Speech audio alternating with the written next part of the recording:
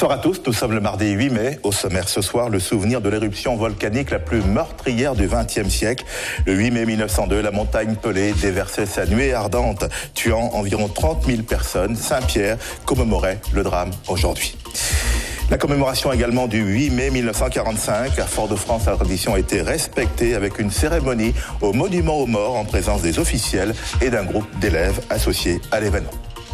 Le ramassage des sargasses avec une opération citoyenne ce matin au quartier Pontaléry, au Robert. Quelques habitants se sont mobilisés pour enlever ces algues qui empêchent les élèves du collège de suivre sereinement les cours.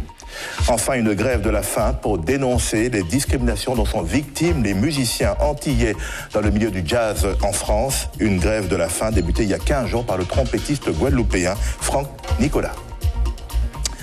C'était il y a 116 ans, un matin d'élection législative. La place Bertha était pleine à craquer quand une nuée ardente a dévalé sur la ville de Saint-Pierre, anéantissant toute âme qui vive, ou presque.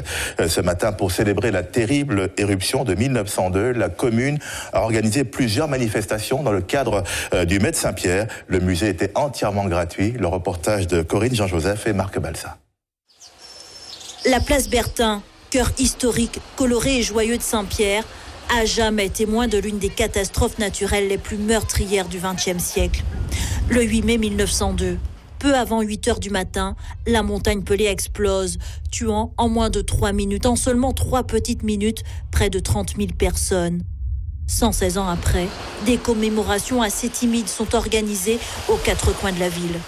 Ça n'a pas l'ampleur que ça devrait avoir pour une ville lumière. Nous avons une dette envers cette ville.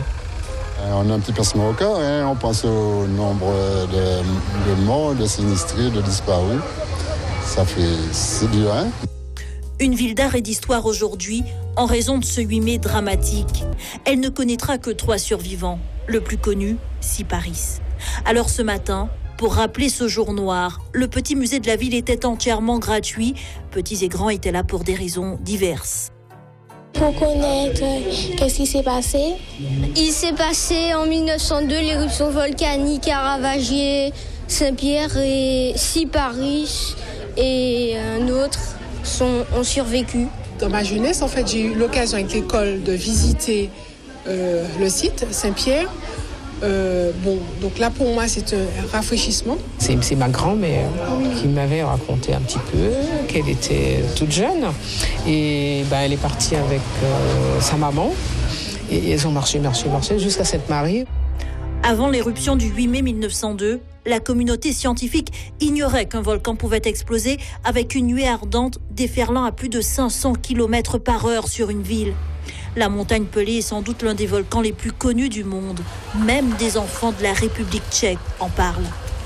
C'est pas joli parce qu'il y a plein de morts et que la ville, une tellement belle ville, elle est en feu. Et les bâtons, ils ont couru quand la lave a tombé de volcan. Donc c'est très pas bien. La baie de Saint-Pierre est une baie historique. Ici reposent près d'une dizaine d'épaves, toutes liées à la catastrophe du 8 mai. Seul un navire survivra, le Belém. L'éruption du 8 mai 1902 n'aura pas transformé qu'une ville. Elle révolutionnera la volcanologie du monde, mais laissera Saint-Pierre en ruine, même un siècle après. Et ce soir à 20h, il y aura une fresque musicale avec le chanteur lyrique Fabrice.